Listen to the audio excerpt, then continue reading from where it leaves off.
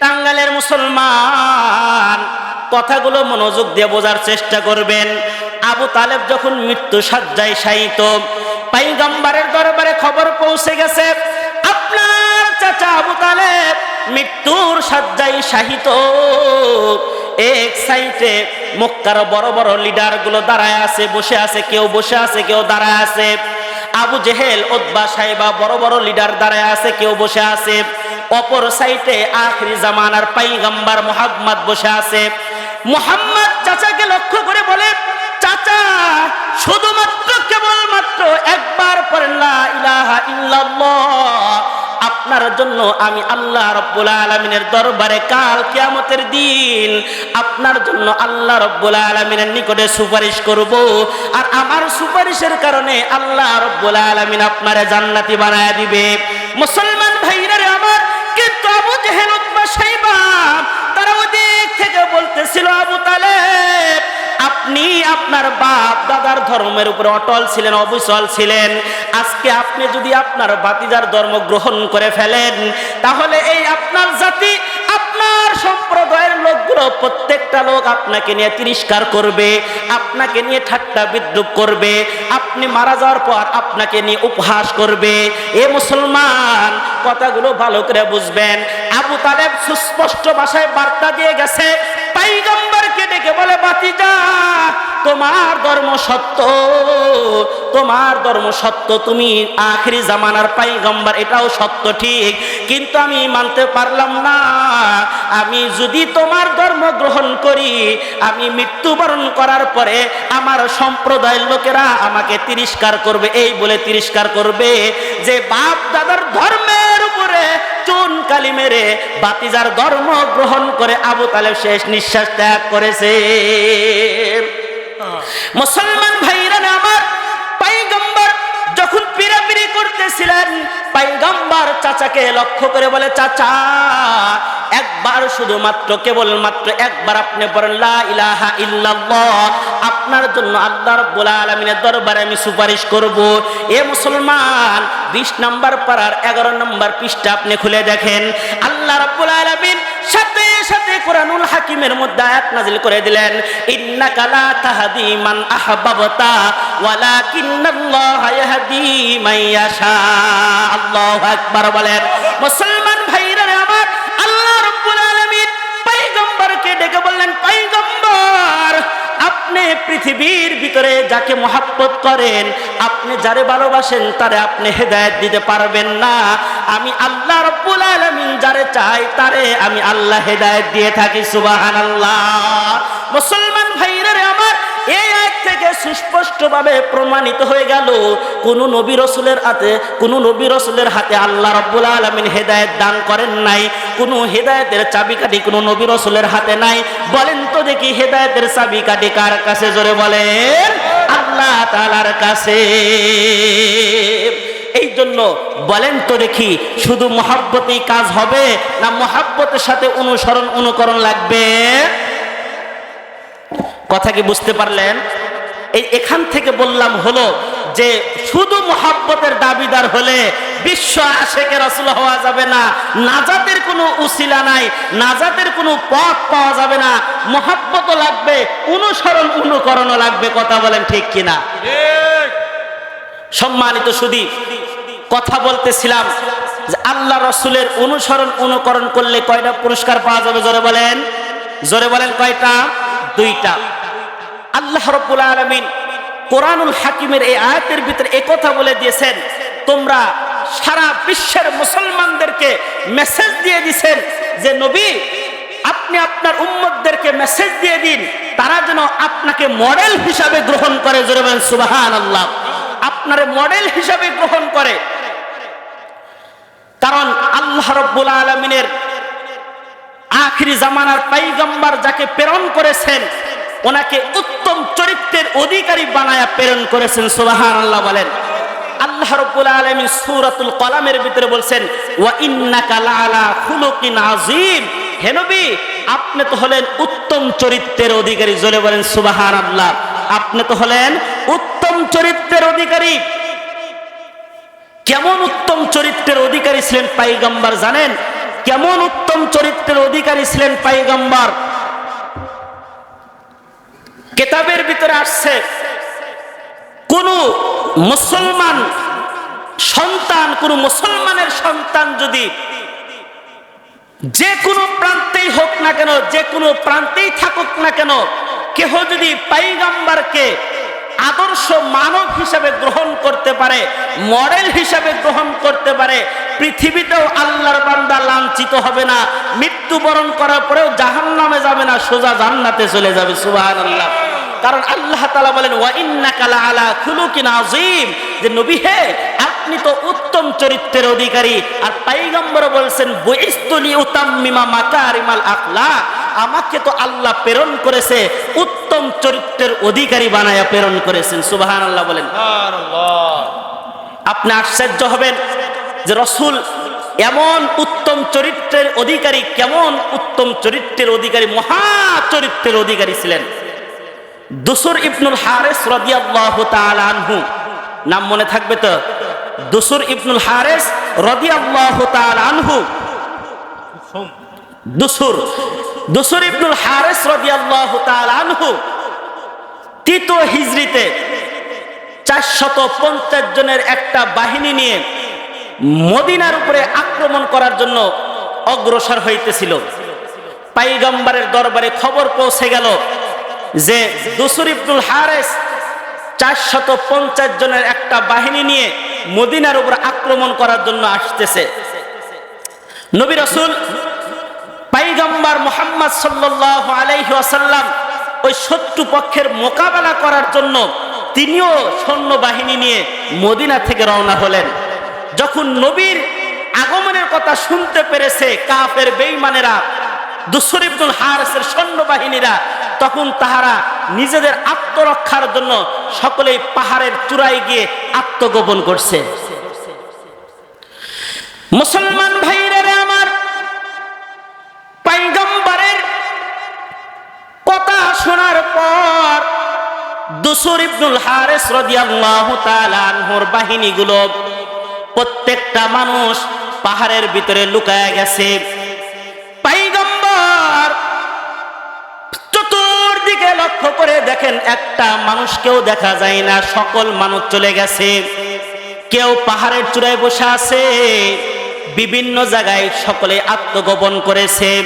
তার মানে তারা পরাজয় হয়ে গেছে, কাফের বেঈমানেরা। পয়গম্বর মুসলমানদেরকে লইয়া মদিনার দিকে রওনা হলেন। প্রতিমধ্যে আল্লাহ রাব্বুল আলামিনের পক্ষ থেকে বৃষ্টি চলে আসছে। বৃষ্টির কারণে পয়গম্বরের জামা মুবারক ভিজে যায়। এরপরে যখন শুকানোর ব্যবস্থা হয় বাজান, পয়গম্বর তার জামাটাকে শুকানোর জন্য একটা গাছের ডালের উপরে দিয়ে দেয়। এ মুসলমান, কথাগুলো ভালো করে বোঝার চেষ্টা করবেন। পয়গম্বর গাছের ডালের উপরে যখন জামাটা শুকানোর জন্য দিছে, ওই গাছের ডালের ছায়ার নিচে পয়গম্বর নিশ্চিন্ত মনে শুয়ে পড়ছে, আরাম করতেছে। দুসুর ইবনুল হারিস রাদিয়াল্লাহু তাআলা আনহু পাহাড়ের চূড়ায় থেকে দেখতে পেরেছে আখিরি জামানার পয়গম্বর একাকীভাবে এখানে শুয়ে পড়েছে, একাকীভাবে শুয়ে পড়েছে। তার পাশে তো কোনো লোক নাই। এটাই তো সুযোগ, এই সুযোগটা হাতছাড়া করা যাবে না। দুসুর ইবনুল হারিস রাদিয়াল্লাহু তাআলা আনহু পয়গম্বরের নিকটে চলে আসছে। পয়গম্বরের মাথার নিকটে এসে তরবারিটা কোষ মুক্ত করে ফেলেছে। তরবারিটা উত্তোলন করে পয়গম্বরকে ডেকে বলে, মুহাম্মদ, বলো তো দেখি এবার আমার হাত থেকে তোমারে কে রক্ষা করবে?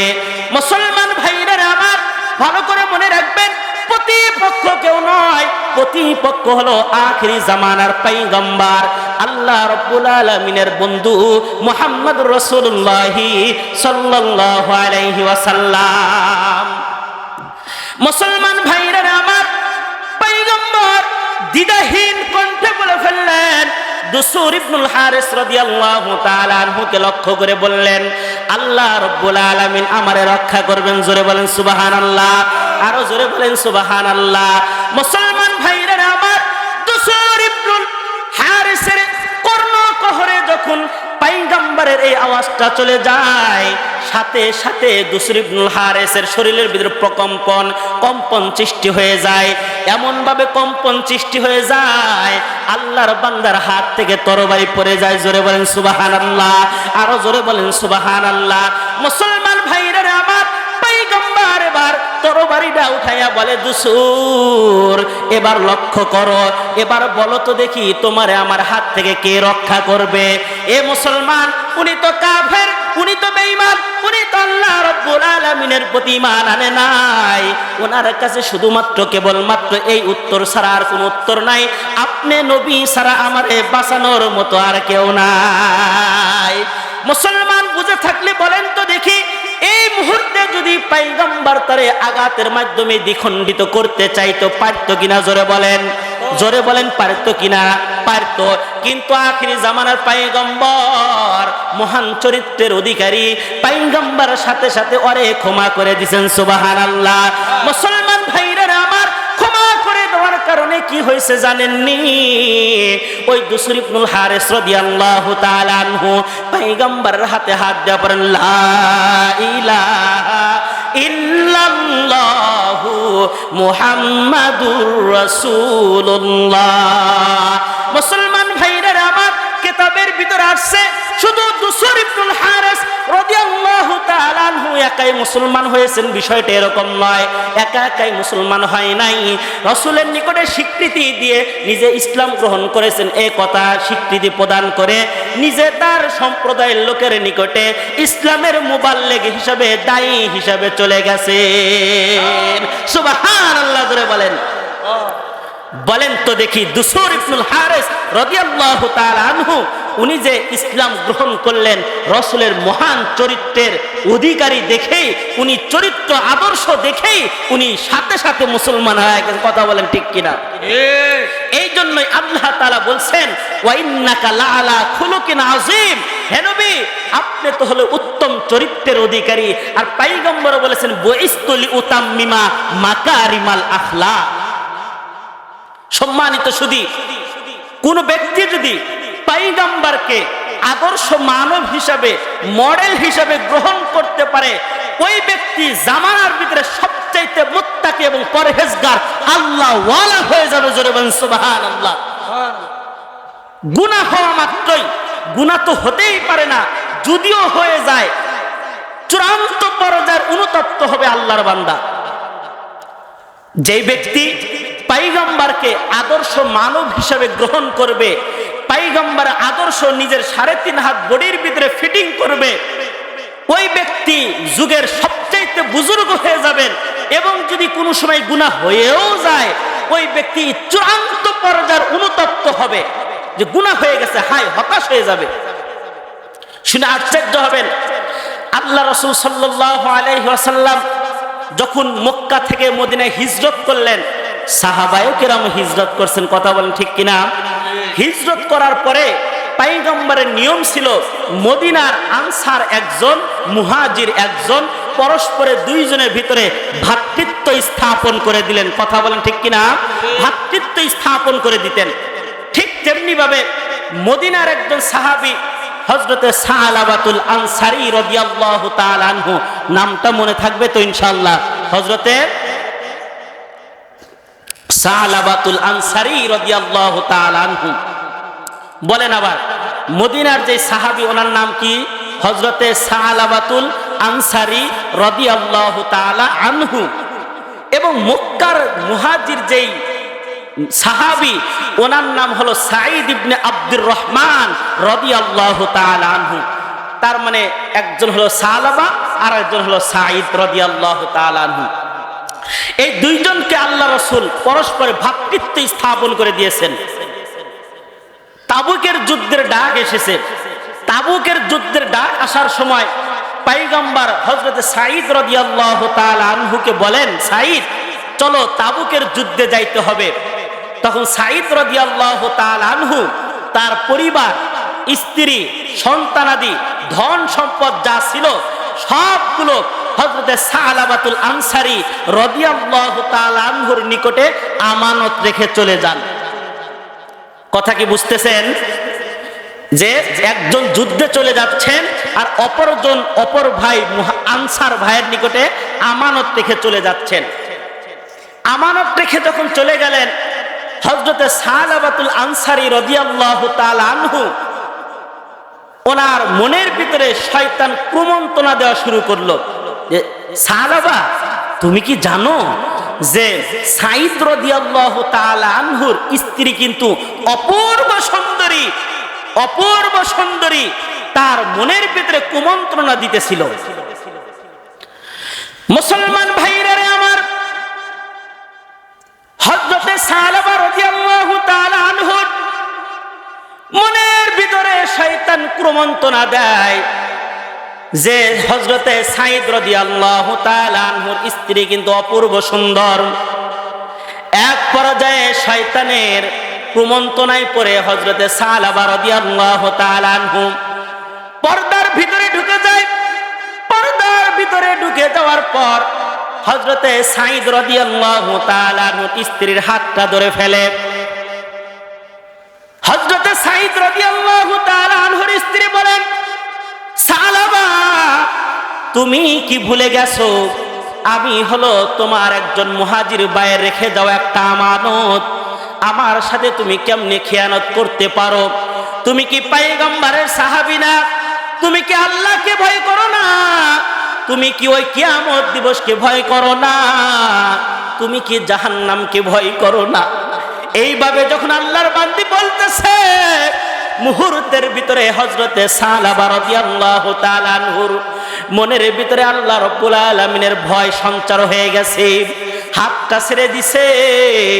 আল্লাহর বান্দা হযরতে সালাবা রাদিয়াল্লাহু তাআলা আনহু লজ্জিত অবস্থায় ঘর থেকে বের হয়ে গেছে। মুসলমান ভাইরা আমার, চূড়ান্ত পর্যায়ের অনুতপ্ত হয়ে গেছে আল্লাহর বান্দা। এবার পাহাড়ের চূড়ার ভিতরে গিয়ে সিজদায় পড়ে গেছে। সিজদায় পড়ে যায়, আল্লাহকে বলে, আল্লাহ তুমি গফফার, আমি গুনাহগার। তুমি গফফার, আমি গুনাহগার। তুমি গফফার, আমি গুনাহগার। আমারে মাফ করে দাও। মুসলমান ভাইরা আমার, এইভাবে পাহাড়ের ভিতরে সিজদারত অবস্থায় আল্লাহ রাব্বুল আলামিনকে ডাকতেছিল। মুসলমান, কথাগুলো বালকেরা বোঝার চেষ্টা করবেন। এ মুসলমান, হযরতে সালাবা রাদিয়াল্লাহু তাআলা আনহু আল্লাহ তাআলাকে ডেকে বলে, আল্লাহ আমার গুনাহ খাতাগুলো তুমি মাফ করে দাও। এক পর্যায়ে তাবুকের যুদ্ধ থেকে হযরতে সাঈদ রাদিয়াল্লাহু তাআলা আনহু ফিরে আসেন। ফিরে আসার পর স্ত্রীকে লক্ষ্য করে বলে, আমার ভাই হযরতে সালাবা রাদিয়াল্লাহু তাআলা আনহু কোথায়? এ মুসলমান, দিলটা নরম করে দেন, কথাটা ভালো করে বোঝার চেষ্টা করেন।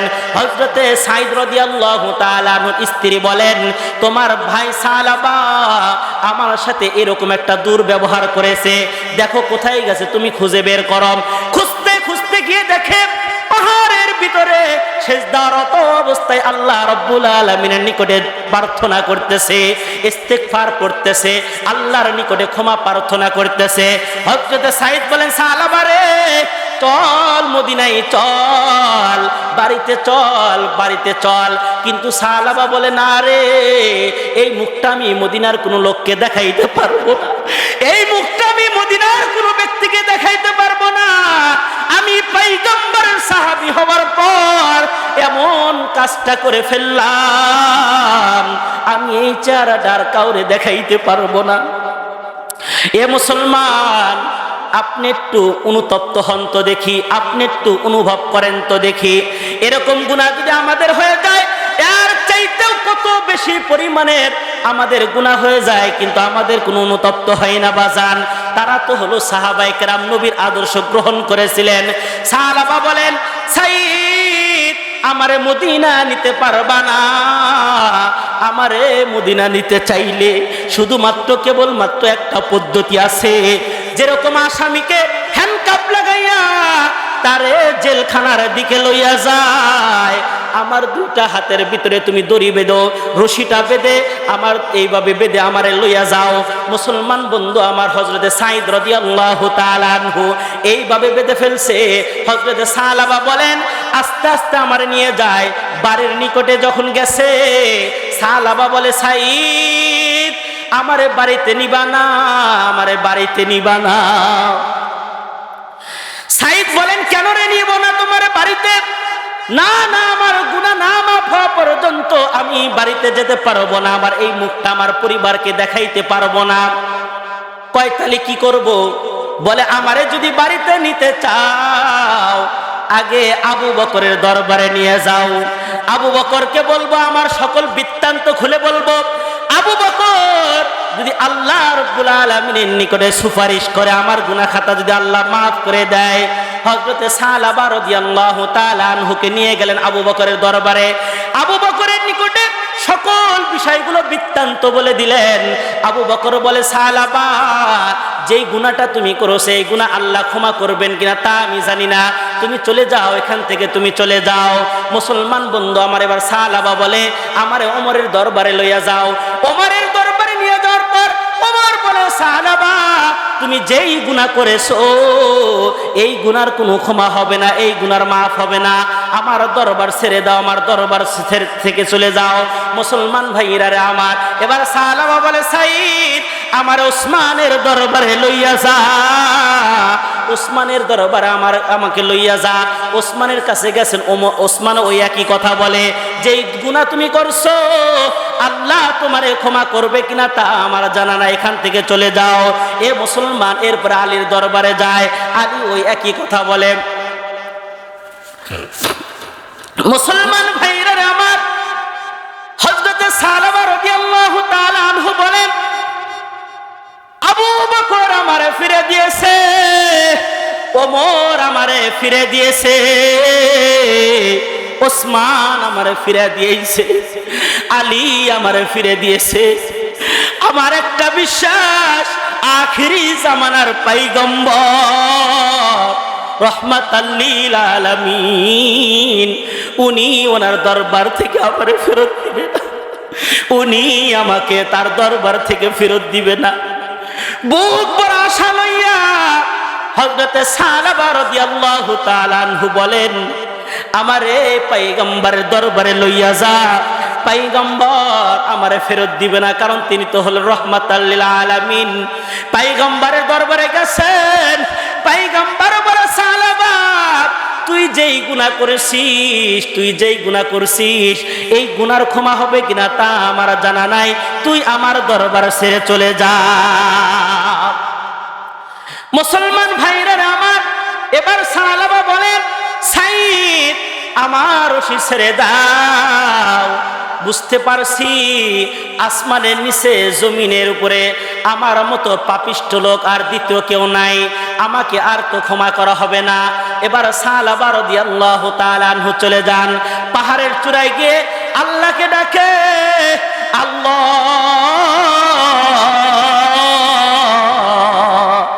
আমারে ক্ষমা করে দাও, আমারে ক্ষমা করে দাও।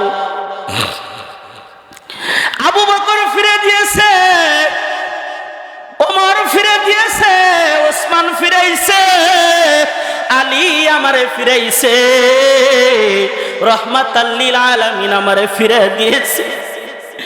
তুমি হলো সকল সৃষ্টিকর্তা, তুমি হলো মালিক, তুমি আমারে ফিরাইতে পারো না। সালাবা বলে ছেলে সন্তান যদি অপরাধ করে ফেলে, বাবা বলে পা ভেঙে ফেলবো, ভাই বলে হাড্ডি চুরে ফেলবো, কিন্তু গভীর রজনীতে যখন দরজায় গিয়ে করা লাগায়, দরজায় গিয়ে মারে ডাক দেয়, মা আসনি গো, তোমার এই সন্তান চলে আসছে। মা সকলের চোখ ফাঁকি দিয়ে আস্তে করে গোপনে সন্তানকে কোলের ভিতরে নিয়ে দেয়, কোলের ভিতরে নিয়ে ভাত খাইছনি জিজ্ঞাসা করে, বেটা তুমি সারাদিন কোথায় ছিলে?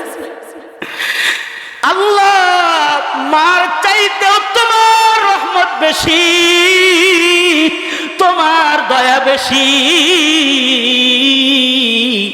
তোমার দয়া বেশি, মার চাইতেও বেশি। ও টাঙ্গালের মুসলমান, এইভাবে আল্লাহ রাব্বুল আলামিনের নিকটে বলতে যখন ছিল, আল্লাহ রাব্বুল আলামিনের রহমতের ভিতরে জোশ চলে আসছে রে। আল্লাহ রাব্বুল আলামিন সাথে সাথে জিব্রাইলকে পাঠিয়ে দিলেন পয়গম্বরের কাছে। পয়গম্বরের কাছে জিব্রাইল এসে বলেন, পয়গম্বর, এই যে পৃথিবীর ভিতরে যত মাখলুক আছে, এই মাখলুকের মালিক আপনি না আল্লাহ? জোরে বলেন কে? আল্লাহ। আপনি মাখলুক হলো, সকল মাখলুকের মালিক হলো আল্লাহ। আপনি কিভাবে সাহাবাকে আপনার দরবার থেকে সরায়া দিলেন? আল্লাহ রাব্বুল আলামিন ঘোষণা করে দিয়েছেন যে আল্লাহ সাহাবার গুনাহ খাতাগুলো মাফ করে দিয়েছেন। সুবহানাল্লাহ জোরে বলেন। মুসলমান ভাইরা আমার, এখানেই শেষ নয়। সাহাবা রাদিয়াল্লাহু তাআলা আনহুর যখন মাফের কথা চলে আসলো, আল্লাহ রাসূল আবু বকরকে বলেন, আবু বকর সাহাবাকে নিয়ে আসো। ওমর বলে, ইয়া রাসূলুল্লাহ আমিও যাব। আলী বলে, আমিও যাব। সালমান ফারসি বলেন, আমি মুরব্বী সাহাবী, আমিও যাব। গেছে, চারজনে একসাথে চলে গেছে। পাহাড়ের চূড়ায় গিয়ে খুঁজতে থাকে, সাহাবা নামে কাউকে খুঁজে পায় না। সেখানে গিয়ে দেখে কিছু সংখ্যক লোকগুলো রাখাল, গরু কেউ উট চড়াইতেছে, কেউ ঘোড়া চড়াইতেছে, এক একজন এক এক কাজ করতেছে। ওই সমস্ত লোকদেরকে জিজ্ঞাসা করা হলো, ভাই এখানে সাহাবা নামে কোনো ব্যক্তি আসেনি? ওই লোকগুলো বলে, আমরা তো সাহাবা নামে চিনি না কাউকে, তবে তোমাদের লোকেশন অনুযায়ী মনে হইতাছে ওই লোকটা কি জাহান্নামের ভয়ে আল্লাহর কাছে কাঁদে? ওই লোকটা কি জাহান্নামের ভয়ে আল্লাহর কাছে কাঁদে?